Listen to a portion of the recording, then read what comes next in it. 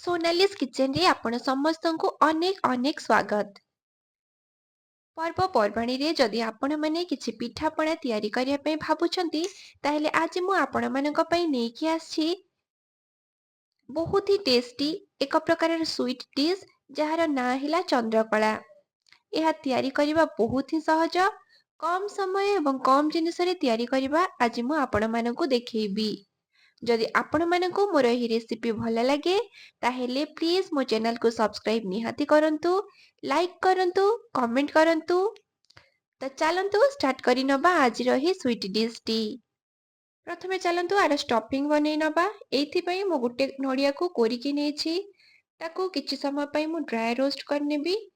Dry roast करबा द्वारा एथिरे पकेइबा जो चीनी ताहा मेल्ट हबनी, सेथिपई मु आकु किछि समय पई ड्राई रोस्ट कर नउछि। तापरे गोटे पात्र रे ताकू अलगा करिकी किछि समय पई ठंडा हवा पई देबी। रोस्ट करथिबा नडिया कोरा को एठी मु भलो भाबरे ठंडा करि नेछि। स्टफिंग रे भलो बासना पई एठी मु ऐड करूछि गुजराती गुंड किछि, आउ किछि किसमिस एथिरे ऐड करूछि, चार मगज किछि ऐड करूछि। एटा टोटली ऑप्शनल। आगरु मु चीनी को भलो भाबरे ग्राइंड करि नेथिली। एटा एथिरे मु 2 चमच ऐड करिवि।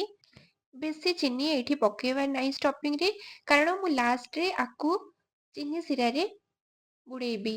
तो आपण एठी कम चीनी रे व्यवहार करंतु, खाली जेमती स्टफिंग टा पाटी को मीठा लागिबो। तो एठी पूरा पूरी रेडी हेइछि हमर स्टफिंग। तो चलंतु एबे बनेइ नबा हमर डो। तो डो बनेया पई एठी मु मेजरमेंट पई गोटे गिना नेछि।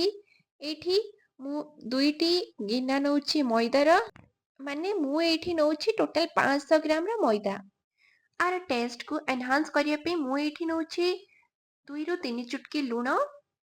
भल भाबरे आकु किछि समय मु मिसेई देबी सुखा सुखा सब जिंस को। एबे एठी मु 5 टू 6 टीस्पून रा तेल नउछि, रिफाइन ऑयल नउछि। आपण एठी चाहिले घियो मध्ये व्यवहार करि परिबे। एबे मु आकु भल भाबरे मिसेई नेबी। जो प्रकार रे हो आपण तेल को भल भाबरे मैदा सहित मिक्स करिवार अछि। देखंतु एठी मु 2 पापुली सहाय्य रे तेल को भल भाबरे मिसौछि।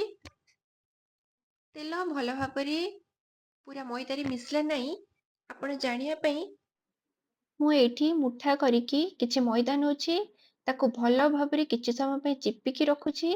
देखंतु एठी पूरा मुठा हेकी ए शेप रे मोर आसुछि, एठी जमारु भांगुनी। तो ए कंसिस्टेंसी ही हमर पूरा परफेक्ट अछि। चंद्रकला बनिया पई ए टेक्सचर ही दरकार।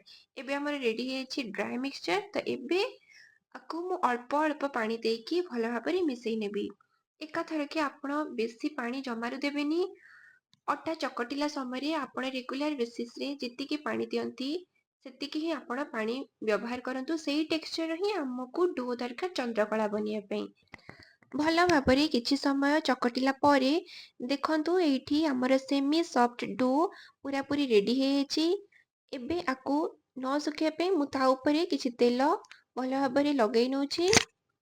15 रु 20 मिनिट पई मु आकु ढांकी के रखि दउछि, कारण एटा भल भाबरे सॉफ्ट हे जिवो जेमती। तो चलंतु एबे चीनी सिरा प्रस्तुत करिबा। एठी मु गोटे कढ़ी गरम करनेछि। 250 ग्राम रा चीनी को एठी मु चीनी सिरा बनिया पे व्यवहार करूछि। आपण आपणकर परिमाण देखिकी चीनी सिरा प्रस्तुत करंतु। जो गिना रे चीनी मेजर करिकी मु नेइथिली, सेही सेम गिना रे मु नउछि पानी। माने आपण जेतिकी चीनी नेबे सेतिकी पानी मु व्यवहार करूछि एठी। आकु किछि समय पई फुटिया पई दबा। एबे एही सिरा रे मु दउछि किछि केसर स्ट्रांड्स। आपण आकु चाहिले स्किप मध्य करि परिबे। किछि समय पई चलेइ नउछि आकु। देखंतु एठी भल भाबरे मोर चीनी सिरा फुटुछि। चीनी सिरा एठी हम रेडी हेला ना नै टेस्ट करिया पई मु एठी गोटे पातिया रे किछि चीनी सिरा नेछि। ताकू मु हाथ रे एम्ति टेस्ट करि देखुछि। देखंतु एठी मोर तार होउनी, एटा खाली टिके चिपचिपा लागुछि। एतिकी कंसिस्टेंसी रे मध्य आपण आकु व्यवहार करि परिबे। जदि एठी आपणकर गोटे भी तार फॉर्म होछि तो भी एटा परफेक्ट अछि। एबे मु गैस रा फ्लेम को ऑफ कर दउछि। चीनी सिरा एठी हमर पूरा पूरी प्रस्तुत हे ଯାଇଛି। एबे चलंतु चेक करि नबा हमर डो। एठी हमर डो देखंतु पूरा पूरी सॉफ्ट हे जाईछि। आउ किछि समय पई मु आकु भल भाबरे चकटी नउछि। ए साइज रा किछि गुळा मु एठी प्रस्तुत करि नेबी। ଏହିପରି ସବୁତକ ଗୁଳା ମୁଁ ଏଠି ପ୍ରସ୍ତୁତ କରି ନେଇଛି। ଏବେ ଆକୁ ଚାଲନ୍ତୁ ଏଇଠି ବେଲି ନବା। ଯେମିତି ଆପଣ ଅଟା ରୁଟି ବେଲନ୍ତି ଠିକ୍ ସେଇପରି ବେଲିବେ, କିନ୍ତୁ ଏଇଟା ଆଉ ଟିକେ ବଡ଼ ସାଇଜର ହବ। ବେଶୀ ଆକୁ ପତଳା କରନ୍ତୁନି ନା ଅତି ମୋଟା କରନ୍ତୁନି। ଆପଣ ଯଦି ଆକୁ ବେଶୀ ପତଳା କରିଦେବେ ତାହେଲେ ଏଇଟା ଛାଣିବା ସମୟରେ ଫାଟିଯିବ। ଏଇଠି ମୁଁ କାଟିବା ପାଇଁ ଗୋଲ ଗୋଲ ସାଇଜର ଗୋଟେ ଗ୍ଲାସ ନେଇଛି। ଆକୁ ଏଇଠି ମୁଁ ଏମିତି କାଟି ନଉଛି। ଏଇ ସାଇଜର ଯୋଉ ମୁଁ ବେଲିଛି ଏଇଥିରେ 4ଟି ସେପ୍ର ଗୋଲ ମୁଁ ଏଇଠି କାଟି ପାରିବି। ଭଲ ଭାବରେ ଏଇଠି ମୋର ସେପ୍ ଦେଇ ଦେଇଛି। ମୁଁ ଏଇଠି ଏକ୍ସେସ୍ ବଳିଥିବା ଅଟାକୁ ମୁଁ ଏଇଠି କାଢିକି ଅଲଗା କରି ନେଉଛି। ଏବେ ଚାଲନ୍ତୁ ଆ ଭିତରେ ପୁର ଦେଇକି ବନେଇବା। ଏଇଠି ମୁଁ କିଛି ପାଣି ନେଇଛି, ଷ୍ଟଫିଂ ପାଇଁ କିଛି ପୁର ନେଇଛି। ବେଲିକି ରଖିଥିବା ଗୋଟେ ଛୋଟ ପୁରୀ ନେଉଛି, ସେଇଥିରେ ମୁଁ ତାର ଚାରିପଟେ କିଛି ପାଣି ଲଗେଇ ନେଉଛି। ସେମ୍ ପ୍ରୋସିଜରରେ ଆଉ ଗୋଟେ ପୁରୀର ଚାରିପଟେ ମଧ୍ୟ ମୁଁ ପାଣି ଲଗେଇ ନେଉଛି। ଏବେ ଆ ମଝିରେ ଦଉଛି ଷ୍ଟଫିଂ। ତା ଉପରେ ଆଉ ଗୋଟେ ଯୋଉ ପୁରୀରେ ପାଣି ଲଗେଇଥିଲି ତାକୁ ତା ଉପରେ ଦେଇ ଦଉଛି। ଚାରିପଟୁ ଭଲ ଭାବରେ ତାକୁ ଚିପି ଦଉଛି, ଯେମିତିକି ଷ୍ଟଫିଂ ତେଲରେ ଛାଣିବା ସମୟରେ ବାହାରିବନି। ପୁରା ଭଲ ଭାବରେ ଏଇଟା ଆମର ସିଲ୍ ହେଇଯାଇଛି। ଏଇନା ଦେଖନ୍ତୁ ଏଇଠି ମୁଁ ଆକୁ ଏବେ କୋଉ ପରିକା ମୋଡ଼ିବି। ଗୋଟେ ଲେୟାର ମୋଡ଼ିଲା ପରେ ଆଉ ଗୋଟେ ଲେୟାରକୁ ତା ଉପରେ ମୋଡ଼ି ଦଉଛି। ସେମ୍ ଡିଷ୍ଟାନ୍ସରେ ଗୋଟେ ଉପରେ ଗୋଟେ ଲେୟାର, ଗୋଟେ ଉପରେ ଆଉ ଗୋଟେ ଲେୟାର।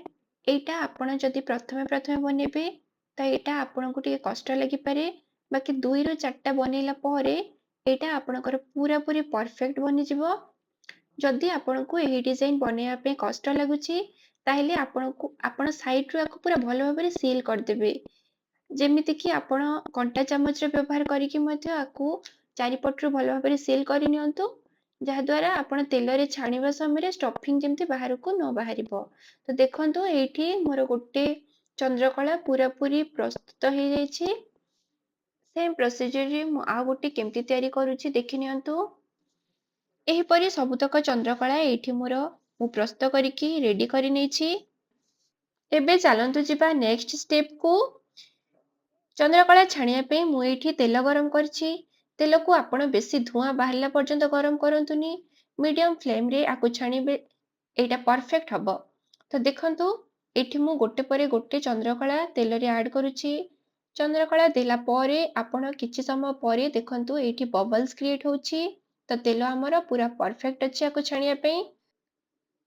ଏଇଠି କୌଣସି ଚାମଚ ସାହାଯ୍ୟରେ ବା କାଠି ସାହାଯ୍ୟରେ ଏପଟ ସେପଟ କରୁଥାନ୍ତୁ ଆପଣ ଆକୁ, ଯେମିତି ଦିପଟ ସାଇଡରୁ ଏଇଟା ଭଲ ଭାବରେ ଫ୍ରାଏ ହେଇପାରିବ। ଗୋଲ୍ଡେନ ବ୍ରାଉନ୍ ହେଲା ପର୍ଯ୍ୟନ୍ତ ଆକୁ ଭଲ ଭାବରେ ଫ୍ରାଏ କରି ନିଅନ୍ତୁ। ଏଇଠି ମୋର ଆର କଲର ପୁରାପୁରି ଗୋଲ୍ଡେନ ବ୍ରାଉନ୍ ହେଇଯାଇଛି। ଏବେ ମୁଁ ଆକୁ ତେଲରୁ ଛାଣିକି ପୂର୍ବରୁ ପ୍ରସ୍ତୁତ କରି ରଖିଥିବା ଚିନି ଶିରାରେ ଦଉଛି। ଗରମ ଗରମ ଆକୁ ଚିନି ଶିରାରେ ଦିଅନ୍ତୁ। ଯଦି ଆପଣ ଆକୁ ଥଣ୍ଡା ହେଲା ପରେ ଶିରାରେ ଆଡ୍ କରିବେ ତାହେଲେ ଶିରା ଭଲ ଭାବରେ ଚନ୍ଦ୍ରକଳା ଭିତରକୁ ଭେଦି ପାରିବନି। ଚିନି ଶିରାରେ ଦେଲା ପରେ ଆକୁ ଆଉ କିଛି ସମୟ ପାଇଁ ଏପଟ ସେପଟ କରି ନେଉଥାନ୍ତୁ, ଯେମିତି ଚିନି ଶିରା ଆ ଭିତରକୁ ଭଲ ଭାବରେ ଯେମିତି ଭେଦିଯିବ। ସେମ୍ ପ୍ରୋସିଜରରେ ବାକିତକ ଚନ୍ଦ୍ରକଳା ସବୁକୁ ମଧ୍ୟ ମୁଁ ଏଠି ଛାଣିକି ଅଲଗା କରିନେବି। ତ ଦେଖନ୍ତୁ ମୁଁ ଯୋଉ ପୂର୍ବ ବ୍ୟାଚ୍ ଯୋଉଟା ଛାଣିକି ଚିନି ଶିରାରେ ପକେଇଥିଲି ତାକୁ ଏବେ ଗୋଟେ ପ୍ଲେଟରେ କାଢିକି ଅଲଗା କରି ନେଉଛି। ତେଲରେ ଛାଣିବା ସମୟରେ ଏଇଟା ଦେଖନ୍ତୁ ଭଲ ଭାବରେ ପୁରା ଫୁଲି ଯାଇଛି, ଆଉ ଦେଖିବା ପାଇଁ କେତେ ସୁନ୍ଦର ଲାଗୁଛି। ଏଇଟା ଦେଖିବା ପାଇଁ ଯେତେ ସୁନ୍ଦର ଦେଖାଯାଉଛି ଖାଇବା ପାଇଁ ମଧ୍ୟ ତାଠୁ ବହୁତ ଟେଷ୍ଟି ଲାଗିଥାଏ। ତ ଏଇଠି ଆମର ପୁରାପୁରି ଗରମା ଗରମ ଚନ୍ଦ୍ରକଳା ପୁରା ରେଡି ହେଇଯାଇଛି। ଆପଣମାନେ ଆକୁ ଘରେ ବନାନ୍ତୁ। ଘରେ ବନେଇକି ଆକୁ ଖାଇଲା ପରେ ଏଇଟା ଆପଣମାନଙ୍କୁ କେମିତି ଲାଗିଲା କମେଣ୍ଟ ବକ୍ସରେ ନିଶ୍ଚିତ ଜଣାନ୍ତୁ। ଯଦି ଭିଡିଓଟି ଆପଣମାନଙ୍କୁ ଭଲ ଲାଗିଲା ତାହେଲେ ଲାଇକ୍ କରନ୍ତୁ, ଫ୍ରେଣ୍ଡ ସର୍କଲରେ ସେୟାର ବି କରନ୍ତୁ। ତାହେଲେ ଆଜି ପାଇଁ ଏତିକି। ଦେଖା ହବା ଆଉ ଗୋଟେ ନୂଆ ରେସିପି ସହିତ। ଧନ୍ୟବାଦ।